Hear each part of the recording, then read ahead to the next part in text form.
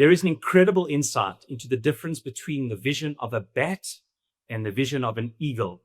Incredibly, this is mentioned by the Torah Rabbi Baruch Halevi Epstein, one of the great rabbis of the last generation, where he says that he heard this from Rabbi Chaim of Volozhin, the great Rabbi Chaim of Volozhin, the student of Balak, about the difference between Moshe's prophecy and Bilam's prophecy, and what it means to be a critical, condemning person as opposed to a person of love, blessing, and encouragement. You see, both the eagle and the bat, say Rav Chaim, it's brought in chapter 34 at the end of the book of Dvarim by the Torah Mima. Both the eagle and the bat have outstanding vision. Outstanding vision. The eagle, though, has outstanding vision during the day and does not see well at night. Whereas the bat, blind as a bat, as we say, is pretty blind during the day, but sees exceptionally at night. In order to see, it needs darkness and it needs dimness in order to be able to see. Whereas the eagle, indeed most of us, can't see at night. It is light that enables us to see. This, says Rabbi Chaim of Volozhin, is the difference between a person who is a curser, a condemning curser, and a person who is a person of blessing. One person only sees darkness. They trade in darkness. They condemn and they curse. That's all they can see. And other people are people of light, people of positivity. It's the light which enables them to see and not the darkness.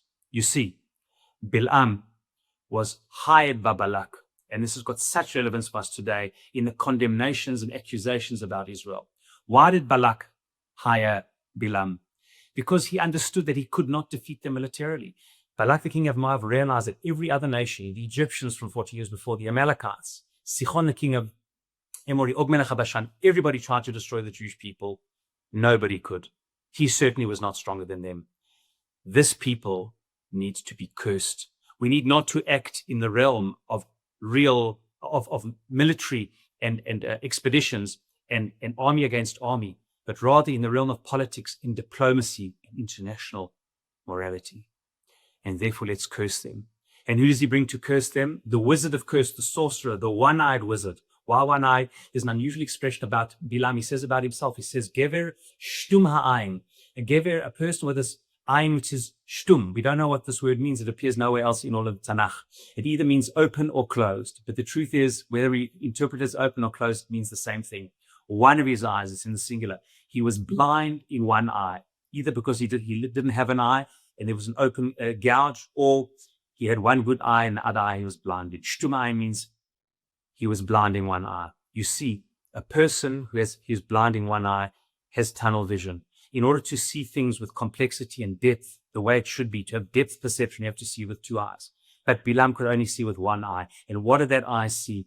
It was an eye which could see darkness, that condemned and cursed and weaved narratives of curse. That was his forte. Whereas the Jewish people, Moshe Rabbeinu, had a vision of light and could see things with depth and the clarity that life enjoys today. We are facing such challenges where many of the enemies of the Jewish people have decided that the way to defeat Israel is not only military, but is to fight in the international courts, in the kangaroo courts of public opinion, or let's say public opinion, the kangaroo courts of social media, and in The Hague, and in all types and academia, where it's a simple, single-minded wizardry and sorcery of hate, of deception, of weakness, of criticizing, and only seeing very specific elements and ignoring the entire context, the depth of the situation. How you can turn the most peace-loving people who's wanted nothing but peace from the day that Israel was founded and done overtures for peace and is fighting against so many who wish to destroy Israel, how that can be turned around and we can be considered the genocidal human rights violators boggles the mind. It can only be done with a vision of a bat trading in darkness, seeing through darkness, myopic vision that doesn't see the bigger picture.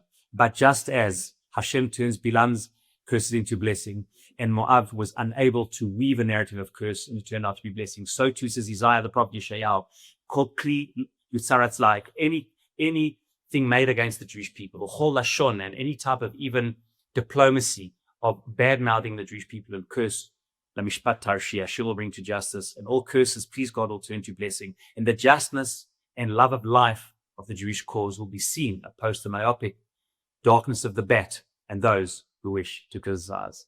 Shabbat Shalom.